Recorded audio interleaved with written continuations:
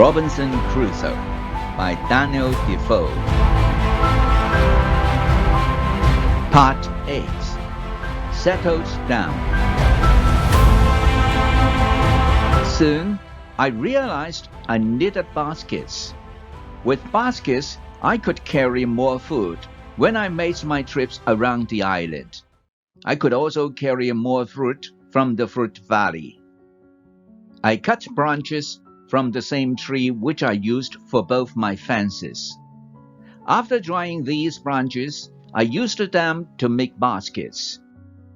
When I finished that, I decided to take another longer trip around the island.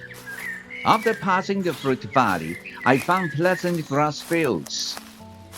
They were very flat. They had a lot of flowers. They smelled so good.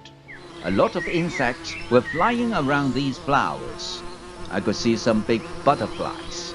Their wings were 4 inches wide. There were small trees around these fields. I found nuts on these trees. These nuts were different from the nuts in England. They had a different shape. They were also sweeter than the nuts in England. I also discovered that there were many parrots, rabbits, and cats at this side of the island.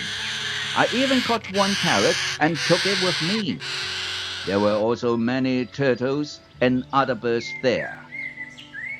This part of the island was more pleasant, and there was more food, but I didn't want to move. On the way back, my dog captured a young kid, which I saved and took with me.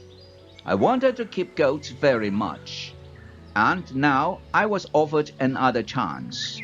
I left the kid in the valley house until I prepared a space for it in my first home. I was so tired from the trip that on my return I relaxed the whole day. I made a cage for the parrot and brought home the kid, which started to calm down. I made a map of the whole island. I put these newly discovered places on the map. The time passed so quickly, and soon it was September again. This was my second year on the island. I was no longer as sad and desperate as I was immediately after the arrival. I accepted my destiny, and I was grateful for being well and alive. I still kept my daily schedule. I was hunting in the morning, cooking at lunchtime, relaxing in the afternoon when it was the hottest, and working in the evening. I also taught the parrot to say his name. His name was Paul. In the months of November and December, I was busy with my fields. The white goats and rabbits were eating the little plants. I risked losing all of it, so I quickly made a fence around the place where I put the seeds in the ground. I put my dog inside the fence to guard my corn at night. Soon the plants were tall, but then another danger appeared.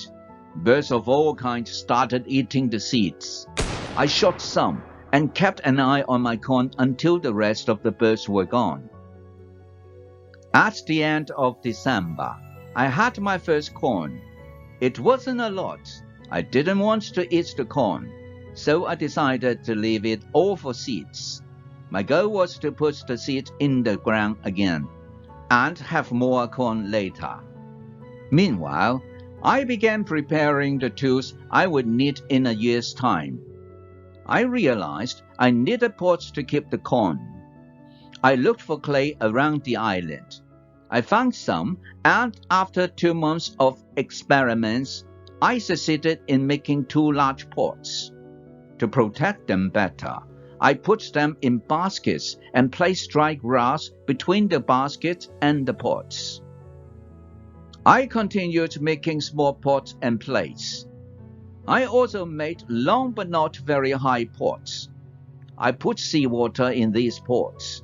When the water was gone, I had salt. One day, quite by accident, I found a broken piece of one of my pots in the fire. The heat made it as hot as a stone, and it was very red too. This gave me a good idea.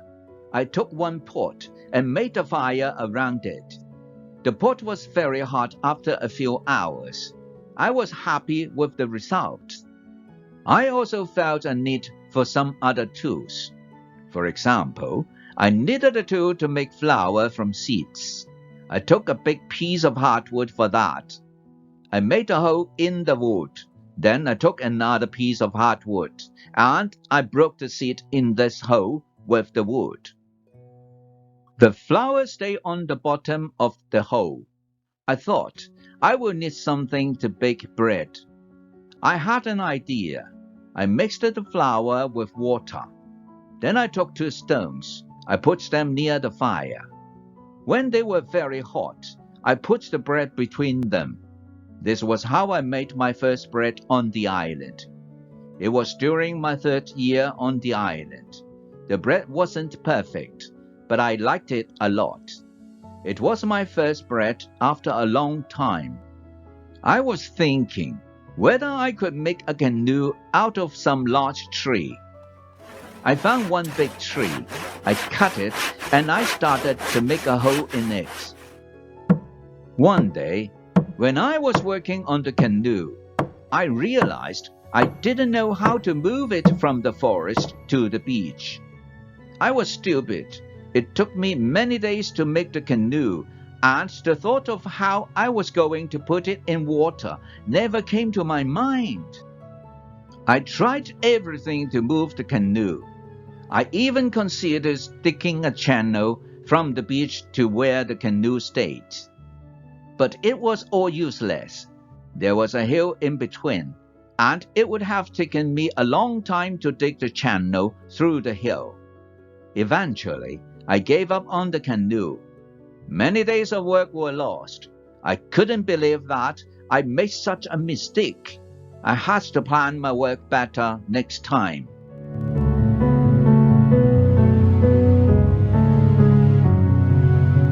Thank you for watching. This is the end of part 8, to be continued in part 9. If you like this story, please like, share, and subscribe. See you then.